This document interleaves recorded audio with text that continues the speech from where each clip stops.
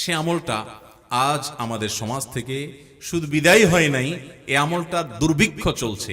আর এই একটি বিষয় না থাকার কারণে আমরা আজ মুসলমানরা ভালো মুসলমান হতে পারছি না। ভাইরা আমার, আমি প্রায় সময় বলার চেষ্টা করি, নামাজি মুসলমান পরিমাণে কম আছে, নামাজের ত্রুটি বিচ্যুতি আছে, তাও কিছু আছে। রোজাদার মুসলমান আছে, ভুল ত্রুটি সহকারে হলেও রোজা রাখে কম বেশি আমাদের দেশে মানুষ, সারা দুনিয়াতে।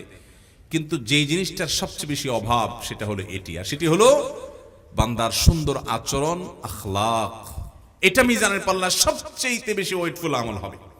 নবী করিম সাল্লাল্লাহু আলাইহি ওয়াসাল্লাম বলেছেন, সুনানে তিরমিজিতে এবং আবু দাউদে বর্ণিত হয়েছে, মা মিন শাইইন ইউদাউ ফিল মিজান, বান্দার আমল মিজানের পাল্লা যে উঠানো হবে, এর মধ্যে সবচেয়ে ভারী আমল হবে আফকালু মিন হুসনিল খুলুক, বান্দার সুন্দর আচরণের চাইতে ভারী কোনো আমল আরেকটা হবে না। সবচেয়ে ওয়েটফুল আমল হবে সুন্দর আচরণ।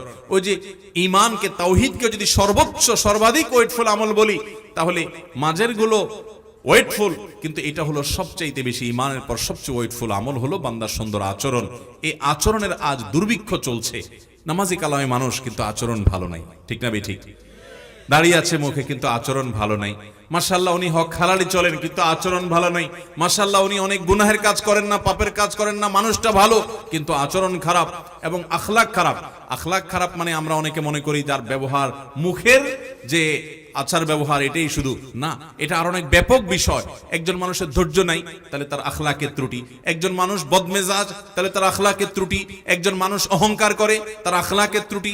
একজন মানুষের মধ্যে বিনয়ের অভাব আছে, তার মানে আখলাকের ত্রুটি। একজন মানুষ অন্যকে তুচ্ছ-তাচ্ছিল্য করে বেড়ায়, এটা তার আখলাকের ত্রুটি, আচরণগত ত্রুটি। একজন মানুষ, তার মধ্যে আল্লাহর প্রতি ভরসা নাই, ছোটখাটো কিছুতে সে হতাশ হয়ে যায়, এটা তার আচরণগত ত্রুটি। আর মানুষের সাথে মানুষের যে অধিকার আছে সেটা আদায়ে যদি ত্রুটি থাকে, এটা তার আখলাকের ত্রুটি। আখলাকটাকে যে যত সুন্দর করবে, তার দ্বারা কারোর কোনো অধিকার নষ্ট হবে না।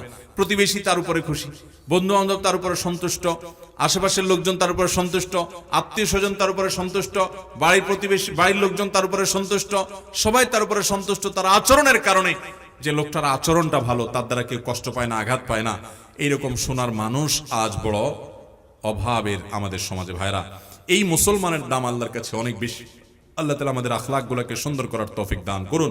এই হাদিসের শেষ অংশে নবী সাল্লাল্লাহু আলাইহি ওয়াসাল্লাম বলেছেন, ওয়া ইন্না সাহাবা হুসনুল খুলুক, আর সুন্দর আচরণওয়ালা মানুষটা লা ইয়াবলুগু বিহি দারাজাতাস